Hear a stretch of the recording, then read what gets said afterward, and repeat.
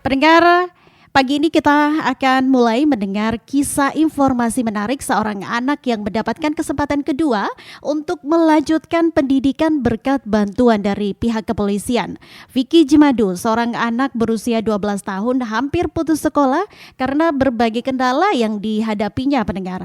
Namun berkat perhatian dan kepedulian dari Ibda Vincent Bagus, Kapolsek Lembor, Vicky pendengar kini bisa kembali melanjutkan pendidikannya. Bersama kita pagi ini Pak Vincent akan berbagi informasi bagaimana Kapolsek dan juga jajarannya membantu Vicky dan pentingnya dukungan stakeholder terkait dalam memastikan begitu ya anak-anak mendapatkan hak untuk belajar. Sudah tersambung melalui telepon bersama RRI Labuan Bajo pagi ini Pak Vincent. Selamat pagi. Selamat pagi Kakak Eca. Selamat pagi, semangat pagi ya Pak, pagi hari ini. Selamat pagi, selamat pagi. Oke, apa kabar Pak Vincent? Kabar baik. Posisi Gitu. sekarang di mana Pak Vincent? Saat ini saya sedang di Polsek Lembor. Di Polsek kantor. Lembor saat ini. Oke, baik. Cuaca di Lembor pagi ini aman ya Pak Vincent? Aman dan sudah mulai panas. Sudah mulai panas, oke. Tidak jauh berbeda di Labuan Bajo Pak, panas. Baik Kakak. Oke, Pak Vincent, informasi berkaitan dengan Vicky Jemadu usia 12 tahun ini kembali melanjutkan sekolah dibantu oleh Kapolsek Lembor ini viral begitu ya Pak di media sosial. Kira-kira yang membuat Bapak tertarik begitu ya untuk terjun langsung membantu kasus Vicky Jemadi ini, ada cerita menarik tidak Pak di balik itu? Oh ya, awalnya itu kebetulan babin saya nama Bribka Don memiliki anak-anak binaan di bidang sepak bola. Oke. Anak-anak itu berjumlah sekitar 30-an, dia bina dari SD sampai sekarang ada yang sudah SMP untuk sepak bola sepak. Nah pada saat ngobrol santai dia menceritakan bahwa salah satu dari anak asuhnya itu tidak bisa melanjutkan ke SMP karena kondisi orang tuanya yang kesulitan karena harus menyekolahkan kedua kakaknya dari si Vicky ini. Nah, itu pada saat ngobrol-ngobrol santai. Nah, waktu itu kita sempat diskusikan kira-kira kalau anak ini kita bantu kira-kira dia mau tidak. Jadi begitu kakak. Baik. Nah, terus anak ini saya minta Pak Babin, Pak Don ini untuk hadirkan ke kantor. Nah, anak ini dihadirkan di kantor, terus saya melihat gesturnya, kemudian setelah kita tanya-tanya apakah dia masih memiliki kemauan untuk kembali ke sekolah, jawabannya sangat antusias bahwa dia memiliki keinginan yang kuat untuk bersekolah gitu. Makanya kita langsung mengambil sikap untuk membantu dia. Saya dengan jajaran saya bersepakat untuk bahwa kita harus bantu dia kalau ada peluang, begitu kakak. Oke, langkah-langkah apa saja Pak yang telah dilakukan gitu saat itu untuk membantu Vicky Jemadu kembali bersekolah? Oh ya, tentu awalnya kita perlu komunikasikan juga dengan orang tua supaya bagaimana kita menghargai juga orang tuanya supaya kita tahu latar belakang anak ini seperti apa. Nah, kembali saya meminta bantuan Pak Don ini, Pak Babin, untuk menghadirkan orang tuanya. Orang tuanya datang, terus kita tanyakan, kita sampaikan niat kami mau membantu. Dan orang tuanya, puji Tuhan, mendukung, dan dia menceritakan bahwa batalnya Vicky masuk ke SMP itu karena memang dia juga harus menyekolahkan kakaknya, 2 orang, satu yang kuliah, satu masih SMA. Di tengah pekerjaannya yang hanya tukang ojek. Nah, pada saat itu kita sepakati, kita sampaikan niat kita untuk membantu. Orang tuanya sangat antusias dan sangat berterima kasih atas niat kami. Begitu kata. Oke, ini sangat luar biasa begitu ya Pak, dan prosesnya kita bisa melihat bahwa ini sepertinya tidak mudah juga begitu ya Pak. Ada tidak kendala yang dihadapi selama proses membantu Vicky Jemadu ini Pak? Kalau untuk kendala yang berarti tidak ada, puji Tuhan semuanya berjalan lancar. Setelah kami sepakat dengan orang tuanya juga dengan Vicky, saya minta Pak Don untuk berkoordinasi dengan SMPN 1 Lembor. Nah, koordinasi sampai di sekolah, mereka jelaskan bahwa anak ini pernah mendaftar tapi tidak jadi masuk. Tidak jadi masuk sekolah. Kemudian kami minta mungkin masih bisa masuk, tapi karena rombongan belajar di SMPN 1 Lembor sudah penuh, kita cari alternatif. Nah, kebetulan Babin juga dekat dengan SMPN 4 Belak yang di Bol itu, koordinasi dengan kepala sekolahnya. Dan puji Tuhan kepala sekolahnya welcome, menerima Pak Babin dengan baik, kemudian menyampaikan bahwa yang penting anaknya punya niat sekolah dan minta kami untuk berkoordinasi dengan Dinas PPO. Saya kemudian meminta bantuan Pak Kadis PPO untuk memberikan petunjuk kira-kira boleh tidak Vicky ini kami masukkan ke SMP Belak.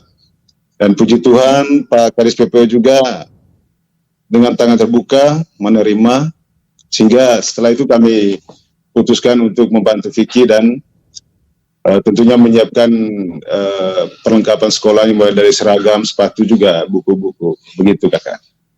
Oke, keberhasilan dari upaya ini sehingga Vicky Jemadu bisa melanjutkan sekolah ini menjadi kebahagiaan tersendiri tentunya untuk Kapolsek dan juga jajarannya. Lalu harapan dari Pak Vincent setelah Vicky Jemadu kembali bersekolah seperti apa, Pak? Oh ya, tentunya saya berharap Vicky, karena kita lihat anaknya periang, kemudian memiliki keinginan yang kuat untuk sekolah, saya berharap dia tetap semangat, kemudian bisa diterima oleh teman-temannya yang mungkin karena ketinggalan sudah kurang lebih 2 atau 3 bulan ini. Tapi saya berharap dia bisa menyesuaikan diri dan bisa lebih semangat lagi untuk belajar, karena dia masih punya masa depan. Begitu Kakak. Oke, Pak, di Kabupaten Manggarai Barat ini ya Pak, banyak sekali sebenarnya anak-anak yang terjadi seperti kejadian dari Vicky Jemadu ini begitu, putus sekolah karena mungkin tidak mampu atau beberapa kendala lainnya. Dan ini rezeki ya untuk Vicky Jemadu bahwa dia salah satu dari sekian banyak yang terjadi hal serupa di Kabupaten Manggarai Barat, mendapatkan bantuan dari Kapolsek. Kira-kira tanggapan dari keluarga Vicky Jemadu ini seperti apa Pak saat bantuan ini diberikan? Kalau orang tua sangat berterima kasih setelah kita bicarakan, kemudian kita memastikan bahwa Vicky kembali bisa bersekolah. Orang tuanya komunikasi dan saya menyampaikan terima kasih atas kepedulian kami. Jadi memang orang tuanya kami berterima kasih kepada orang tuanya karena juga mempunyai niat yang sama dengan kami bagaimana Vicky bisa bersekolah.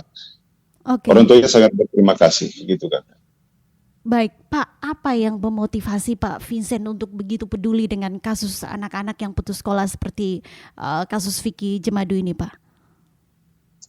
Ya, mungkin ini hanya panggilan kemanusiaan bagaimana kita melihat anak-anak kita yang punya potensi, kemudian dia untuk sekolah di tengah keterbatasan orang tua, hanya merasa terpanggil. Kebetulan kita juga di Polsek Lembor ini bersepakat untuk bisa membantu anak Vicky.